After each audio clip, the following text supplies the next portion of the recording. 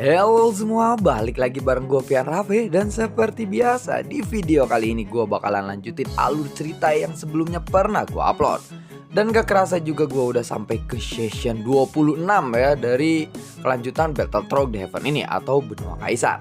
Tanpa banyak basa-basi lagi, yuk kita langsung check this out aja alur ceritanya.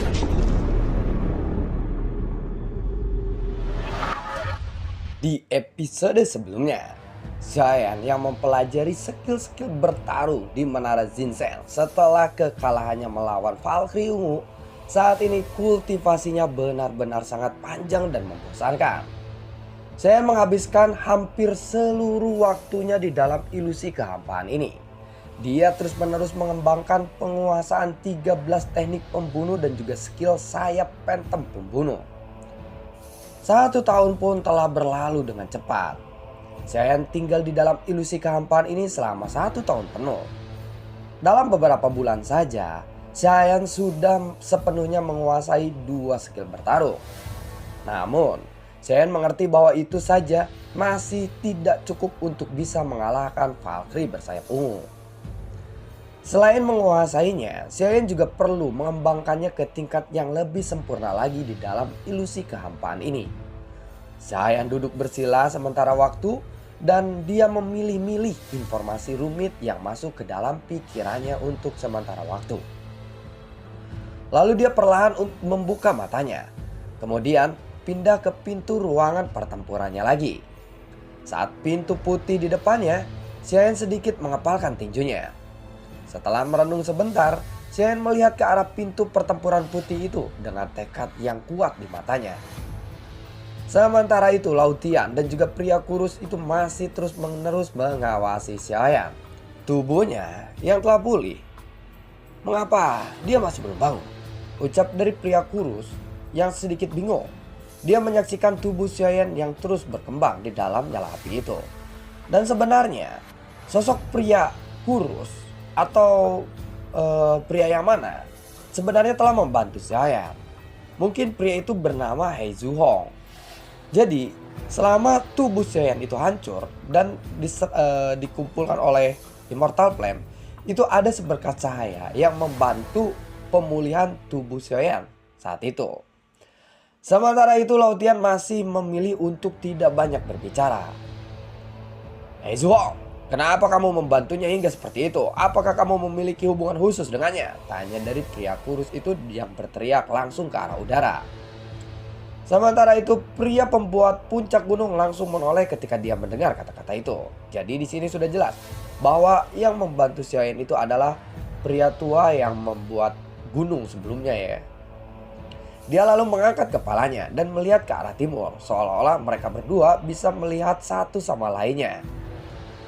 Chongqing, sepertinya kamu harus mati sekarang, sehingga aku bisa menguburmu dengan tanganku sendiri dan mengoyak mulutmu itu. Kamu selalu asal bicara. Itu pun terserah padaku. Aku yang melakukannya. Memang kenapa? Ucap dari si pria tua yang membuat gunung atau bernama Zuhong. Dan pria tua kurus itu bernama Chongqing. Haha, Zuhong, tahukah kamu? Orang yang paling aku sukai di sini adalah kamu. Jadi tidak mungkin aku harus berselisih denganmu. Haha.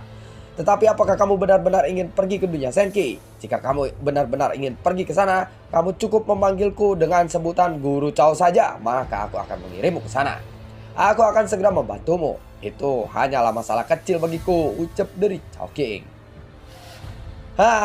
Kamu itu sudah cukup lama hidup di sini, tetapi kamu terlalu banyak omong kosong. Ini benar-benar menjengkelkan, ucap dari Zuhong. Zuhong, kamu terlalu baik kepadaku. Aku masih belum mati, tetapi kuburanku telah kamu siapkan. Namun menurut ramalan, aku bisa hidup selama puluhan ribu tahun lagi. Jadi kamu harus menungguku dengan sabar ya, ucap dari Chongqing menjawab kata-kata Zuhong.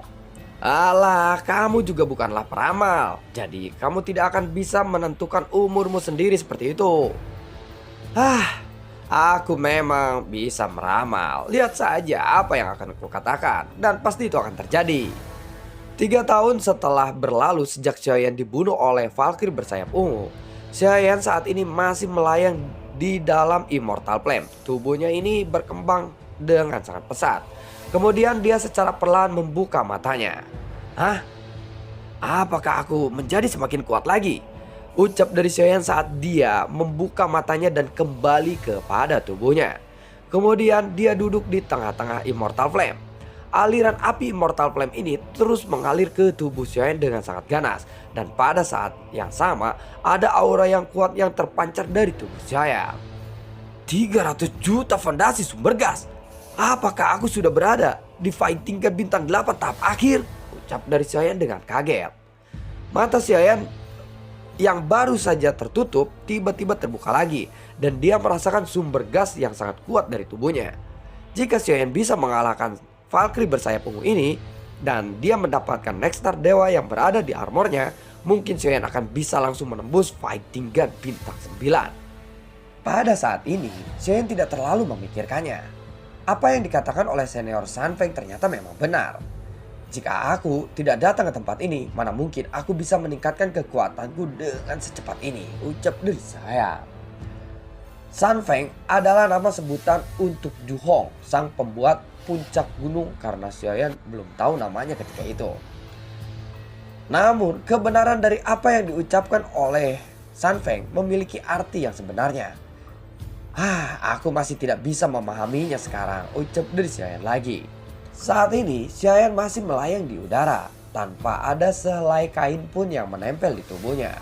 Hal yang tidak enak dipandang pun terpampang jelas ya. Lao Tian melihat itu dia tersenyum pahit, berpikir bahwa jika tidak ada seorang pun di sini, setidaknya dia harus memperhatikan citranya sendiri.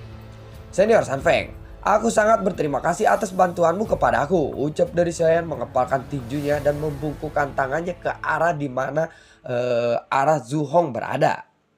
Pada saat yang sama, sebuah suara datang darinya. Aku menyarankan kepadamu untuk menggunakan pakaian terlebih dahulu, karena ada beberapa pria tua yang menatapmu dengan aneh di tempat ini, ucap dari Zhu Hong. Ketika suara itu terdengar, Xiaoyan langsung menundukkan kepalanya. Dan dia baru saja menyadari bahwa dia benar-benar tanpa pakaian. Wajahnya langsung memerah dan dia langsung mengambil sebuah jubah di cincin penyimpanannya.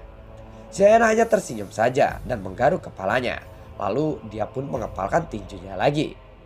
Hei, siapa yang kau sebut lelaki tua aneh itu, ha? Nah, justru kamu haruslah berhati-hati kepada Zhu Hong. Aku dengar dia memiliki kebiasaan yang menyimpang karena dia belum pernah menyentuh seorang wanita pun seumur hidupnya, ucap dari Chowking. Pada saat ini, suara seseorang lelaki tua terdengar lagi oleh Xiaoyan. Padahal, tidak ada seorang pun di sekitaran Xiaoyan. Xiaoyan tidak menyangka bahwa dia telah diawasi secara diam-diam di sini. Setelah itu, telinga Xiaoyan pun terus berdengung karena terus mendengar percakapan mereka berdua. Dalam percakapan ini, Xiaoyan pun menjadi tahu bahwa nama lelaki tua pembuat gunung itu adalah Zhu Hong dan nama lelaki tua itu adalah Chowking. Xiaoyan pun bisa merasakan sakit kepala yang hebat. Xiaoyan juga merasakan tidak berdaya sekarang. Jika hal-hal seperti ini terus berlanjut, dia tidak akan bisa berkonsentrasi untuk bisa mengalahkan Valkyrie bersayap ungu. Senior Chowking, apakah Anda punya saran untukku ketika aku berhadapan dengan Valkyrie bersayap ungu itu? Tanya dari saya.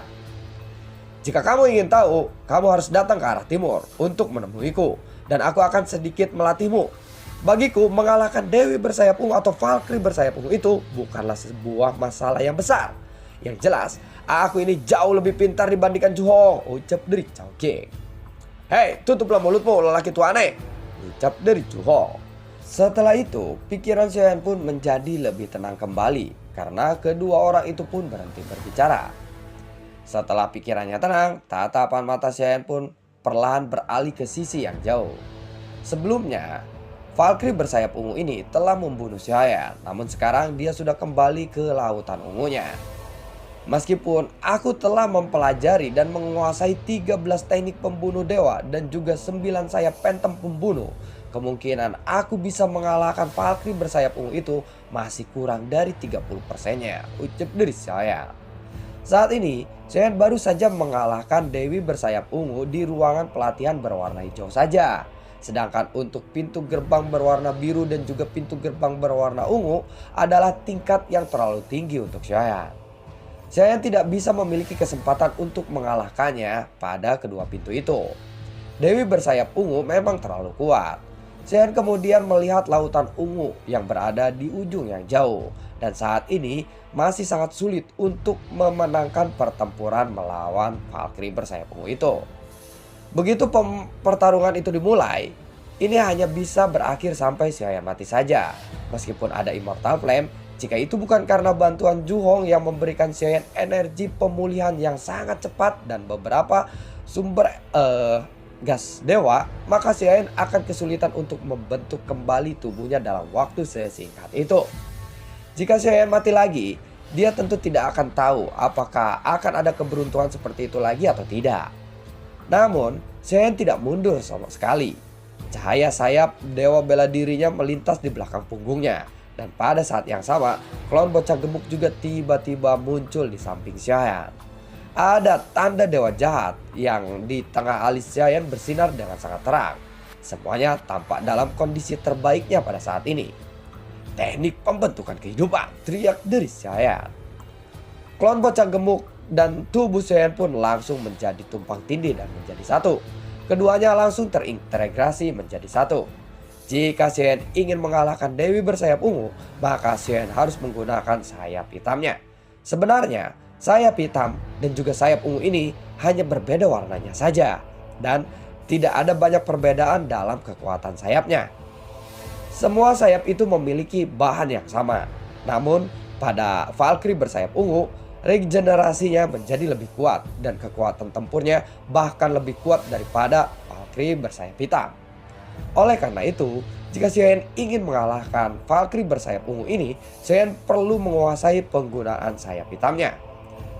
Xiaoyan sekarang tidak hanya memahami 13 teknik pembunuh Dewi bersayap hitam, tetapi juga dia memahami 9 sayap phantom pembunuh. Kedua teknik ini memang berasal dari manusia ras Dewi. Sosok Xiaoyan pun langsung bergerak tiba-tiba dan dia segera melesat. Pada saat Xiaoyan melesat, sayap bela dirinya muncul lagi dan kecepatan Xiaoyan pun meningkat lagi. Dalam sekejap mata, dia muncul di atas lautan ungu. Xiaoyan menatap lautan ungu itu dan setelah beberapa saat, sebuah pusaran besar muncul di lautan ungu itu seperti sebelumnya. Dari sanalah sebuah tombak terlempar ke arah Xiaoyan. Wuss! Kali ini Xiaoyan bisa dengan mudah mengelak serangan itu. Pada saat yang sama, dia langsung mengulurkan telapak tangannya dan meraih tombak ungu itu. Saat telapak tangan Xiaoyan meraih tombak ungu itu, sosok Xiaoyan tiba-tiba berbalik. Dan kekuatan dari tombak itu pun berubah arah seketika dan melesat langsung ke arah pusaran air laut yang berwarna ungu itu. Ini adalah seperti Xiaoyan melemparkan kembali tombaknya ke arah tombak itu melesat. Ini aku akan kembalikan senjata ini kepadamu. Buar. Xiaoyan tahu bahwa Dewi bersayap ungu ini sudah tidak hidup lagi. Kalimat ini sebenarnya hanya sebagai penyemangat saja untuk Xiaoyan sendiri. Dalam pusaran air laut itu ada sosok yang keluar dan Xiaoyan melihat telapak tangan Dewi bersayap ungu itu mencuat. Dia bisa dengan sangat mudah menangkap tombak panjang yang dilemparkan oleh Xiaoyan itu. Dengan gerakan sayapnya, dia melesat bagaikan bayangan dan dia langsung bergerak menuju ke arah Xiaoyan sambil meluncurkan serangan yang sangat sengit. Sementara itu, di arah timur, di depan tirai cahaya, Chowking terlihat sangat marah. Melalui tirai cahaya itu, dia melihat Xiaoyan yang akan melawan Valkyrie bersayap ungu lagi. Anak ini benar-benar keras kepala. Padahal meskipun dia mempunyai Immortal Flame, tapi jika Ju Hong tidak membantunya, bagaimana mungkin dia bisa pulih dengan begitu cepat? Dia baru saja pulih dari kematiannya. Dengan kekuatannya saat ini, tidak mungkin baginya bisa mengalahkan Valkyrie bersayap ungu itu. Lautian, apakah kamu mau membantuku untuk menyampaikan pesanku kepadanya? Sepertinya suaraku telah diblokir oleh Ju Hong, ucap dari Chowking. Pada saat ini, Ju Hong memang memblokir suaranya. Dan Xiaoyan juga memblokir suaranya. Sekarang Lautian yang mungkin bisa berbicara kepada Xiaoyan. Atau ini seperti hanya menyampaikan pesan saja ya. Kayak WhatsApp aja blokir-blokiran. Aku tidak mau, jawab dari Lautian. Dia menolak Chowking secara langsung. Hei, benarkah? Padahal aku memiliki beberapa koneksi dengan para dewi yang ada di tempat ini, ucap dari Chowking. Sudah aku bilang, aku benar-benar tidak mau, jawab dari Lao Tian lagi. Dededuk, dededuk, dededuk, dededuk, buar. Sementara itu, di sisi Xiaoyan, pertempuran yang sengit pun telah dimulai. Sebelumnya, Xiaoyan sama sekali tidak bisa melawan Dewi bersayap ungu ini. Namun, saat pertempuran ini pecah, Xiaoyan benar-benar unggul dalam waktu yang singkat. Dia bisa mengambil inisiatif untuk menyerang sekarang. Zhu Hong yang berada di puncak gunung tiba-tiba mengangkat kepalanya. Tatapan matanya menjadi aneh. Dan kemudian dia menjadi terkejut. Ini adalah skill 13 teknik pembunuh. Sungguh luar biasa. Dia bisa menguasainya pada level seperti itu. Tunggu dulu. Ini adalah teknik 9 sayap phantom pembunuh. Bocah itu benar-benar luar biasa. Ini adalah teknik yang dimiliki oleh Valkyrie bersayap ungu itu. Bagaimana bisa dia memahami kedua skill itu? Benar-benar luar biasa, ucap dari Zhu Hong. Dia yang selalu relatif tenang sebelumnya, pada saat ini Zhu Hong tiba-tiba menjadi lebih bersemangat lagi. Tidak hanya Zhu Hong saja yang terkejut, tetapi Chowking juga bersemangat. Dia terlihat sangat terkejut. Matanya terus menatap ke arah Xiaoyan yang sedang bertarung dengan Valkyrie bersayap ungu itu dengan seimbang. Pertempuran di antara kedua belah pihak itu benar-benar sangat sengit. Dan bahkan setelah bersaing untuk sementara waktu, tidak ada dari mereka yang terpental atau ambruk. Untuk setiap gerakan pamungkas dari Valkyrie bersayap ungu, Xiaoyan dapat secara akurat memprediksi metode serangannya. Dan dia juga dapat menemukan metode pertahanan yang sempurna. Xiaoyan baru saja dibunuh oleh Valkyrie bersayap ungu ini. Tetapi Xiaoyan juga telah dilahirkan kembali. Dia tiba-tiba memiliki kekuatan tempur yang langsung meningkat beberapa kali lebih kuat. Kalau soal penguasaan 13 teknik pembunuh, ya tetap saja aku juga penasaran bagaimana dia bisa menguasai skill 9 phantom pembunuh milik Dewi bersayap ungu itu. Padahal dalam pertempuran sebelumnya, Dewi bersayap ungu itu tidak terlalu menggunakan skill ini. Lalu bagaimana dia bisa tahu dan mengerti cara menggunakan teknik 9 sayap Valkyrie pembunuh itu, ucap dari Chowking. Ini sangatlah tidak masuk akal bagi Chowking. Selain itu, Xiaoyan juga telah menghabiskan beberapa tahun terakhir untuk membentuk kembali tubuhnya sendiri. Dan bagaimana bisa dia melakukan kultivasi atau mempelajari teknik ini di dalam kematian seperti itu. Namun saat ini Xiaoyan benar-benar mampu memahami 13 teknik pembunuh dengan keahlian tingkat tinggi. Dan dengan sepenuhnya menguasai 9 sayap phantom pembunuh. Kombinasi dari kedua skill itu membuat pertempuran Xiaoyan ini memiliki kekuatan yang sangat luar biasa. Jika saja Valkyrie bersayap ungu itu bukan seseorang immortality, dia pasti sudah dikalahkan oleh Xiaoyan. Pada saat ini, Dewi bersayap ungu itu terlihat lebih tergoyahkan atau sedikit kewalahan. Melihat itu Xiaoyan pun lalu berkata, "Apakah kamu akan menggunakan skill 9 sayap phantom pembunuh untuk membunuhku lagi?" Tanya dari Xiaoyan. Apa yang Xiaoyan tunjukkan dalam pertempuran kali ini juga seperti Dewi bersayap ungu. Saat terbang ke udara, tampaknya seperti ada ritme khusus dan ini akan tersapu hingga 9 kali. Ini adalah skill yang sama yang ditunjukkan oleh sang Dewi bersayap ungu atau mereka menggunakan skill yang sama. Teknik 9 sayap phantom pembunuh ini memang sangatlah kuat. Tetapi ini adalah satu-satunya kesempatan untukku bisa mengalahkan Valkyrie bersayap ungu itu, ucap dari Xiaoyan. Xiaoyan sepertinya telah menunggu momen-momen seperti ini. Serangan gila sebelumnya adalah untuk memaksa Dewi bersayap hitam agar bisa melesat dengan kecepatan tercepatnya. Dan akhirnya Dewi bersayap ungu itu akan menggunakan teknik 9 sayap phantom untuk membunuh Xiaoyan lagi. Dan ini justru adalah skill pamungkas dari Dewi bersayap ungu. Jika saja Xiaoyan tidak mengerti gerakannya, maka Xiaoyan akan dilenyapkan tanpa ampun oleh Dewi bersayap ungu itu.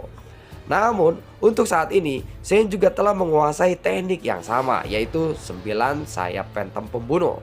Dia tahu trik yang tampaknya kuat ini sebenarnya juga memiliki kekurangan. Maka saat Dewi bersayap ungu itu menggunakan skill 9 sayap Phantom pembunuhnya, Chen akan memanfaatkan kekurangannya untuk menyerang balik Dewi bersayap ungu itu. Dan lalu bagaimanakah kelanjutan ceritanya? Akankah Chen ini berhasil mengalahkan Valkyrie atau Dewi bersayap ungu dengan memanfaatkan kelemahan skillnya sendiri? Nantikan video gue berikutnya dan semoga sehat selalu untuk kalian. Sampai jumpa di video gue berikutnya. Assalamualaikum dan dadah. Semoga sehat selalu untuk kalian.